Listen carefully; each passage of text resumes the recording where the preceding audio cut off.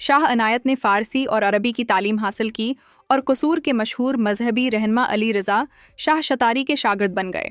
اس نے دن میں ایک کسان اور کام کے بعد شتاری کے طالب علم کے طور پر زندگی کا آغاز کیا۔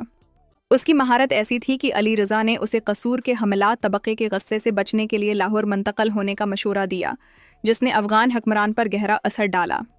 اس نے اسے لاہور میں اپنا ایک مدرسہ قائم کرنے کو کہا۔ اسی وجہ سے وہ شاہ عنایت لاہوری کے نام سے مشہور ہوئے۔ لاہور میں اس نے بچوں کو قرآن اور فارسی کی تعلیم دینا شروع کی۔ ان بچوں کے خاندانوں کے ساتھ ساتھ پرانے لاہور کے اندر رہنے والے مذہبی اسکالر سے اس کے روابط کی وجہ سے اس نے بھاٹی گیٹ کی اونچی مسجد میں اذان دینا شروع کر دی۔ جلد ہی ان کی شہرت پھیل گئی اور انہیں مسجد کا امام بنا دیا گیا۔ یہاں اکبر کے ہندوستان پر خلیق احمد نظامی کے ایک مضمون کا حوالہ دینا دلچسپ ہوگا، جس میں انہوں نے ملا عبد القادر بدایونی کی کتاب منتخب التاریخ کا حوالہ دیتے ہوئے کہا ہے کہ عنایت لاہوری بہت جلد لاہور کے ہر حکمران کے ساتھ دوستی رکھتے تھے۔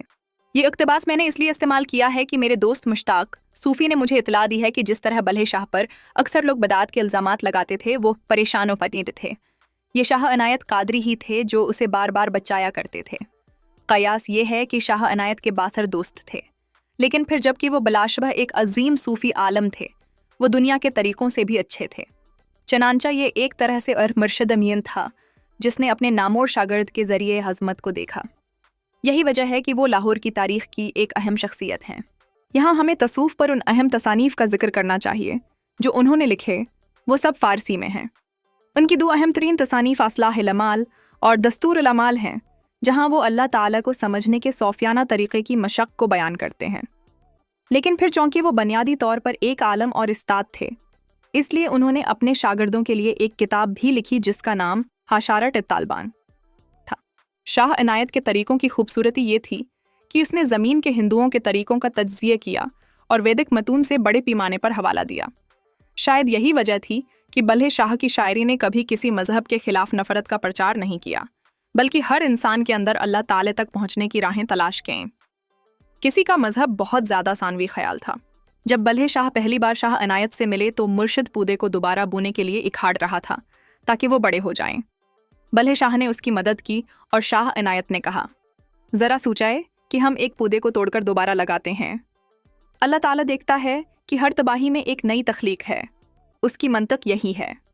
بلے شاہ کو فوراً پتہ چلا کہ اسے اپنا مشتق ہے۔ مشتدہ مل گیا ہے۔ شاہ عنایت قادری کے بہت سے اقتباسات ہیں جن کو دہرانے کی ضرورت ہے۔ ان کی اونچی مسجد میں جہاں وہ امام تھے، کسی نے ان سے پوچھا کہ یہ اونچی کیوں ہے؟ اس کا جواب تھا، گنہگاروں کی طرف سے تباہ ہونے والی دیواروں کے نیچے۔ اس پر غور کریں تو ماہرین آثار قدیمہ بتاتے ہیں کہ لاہور کی پرانی دیواریں جب اکبر نے شہر کو پھیلایا تو وہ درحقیقت بازار حکیمہ کے بائیں جانب گھٹی کے نیچے موجود تھیں۔ اس طرح کے کئی رازوں کو کھولنے کے لیے آثار قدیمہ کی تحقیق کی ضرورت ہے۔ بلے شاہ کے گھر والے اور دوست اسے یاد دلاتے رہے کہ وہ خبرتر سید ذات سے تھا اور شاہ عنایت محض آرائیں تھے۔ چنانچہ بلے شاہ نے اپنے مرشد کو چھوڑنے کا فیصلہ کیا۔ شاہ عنایت نے اسے ان الفاظ کے ساتھ وہاں سے جانے کو کہا، تو بالا نہیں تو بھولیاں آن جیسے جیسے شاعر گھوم رہا تھا، ہر گزرتے دن کے ساتھ اسے اپنی حماقت کا احساس ہوا اور لوٹ آیا۔ لیکن شاہ عنایت قادری آسانی سے معاف کرنے والے نہیں تھے۔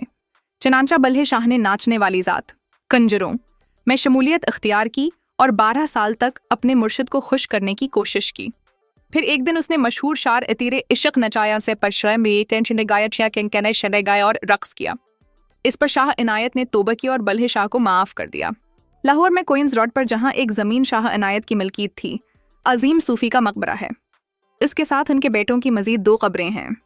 مرشد نے فارسی اور عربی میں جبکہ ان کے شاگرد نے پنجابی میں شاعری کی۔ برسوں سے مادری زبان بلے شاہ اور ان کے مرشد شاہ عنایت کی سرزمین کے لوگوں کے دل و دماغ تک پہنچی ہے۔ امن لاہور اور قصور میں عظیم لوگ پیدا کریں۔ نفرت کی تاریخ میں المناک مثالیں بھری پڑی ہیں۔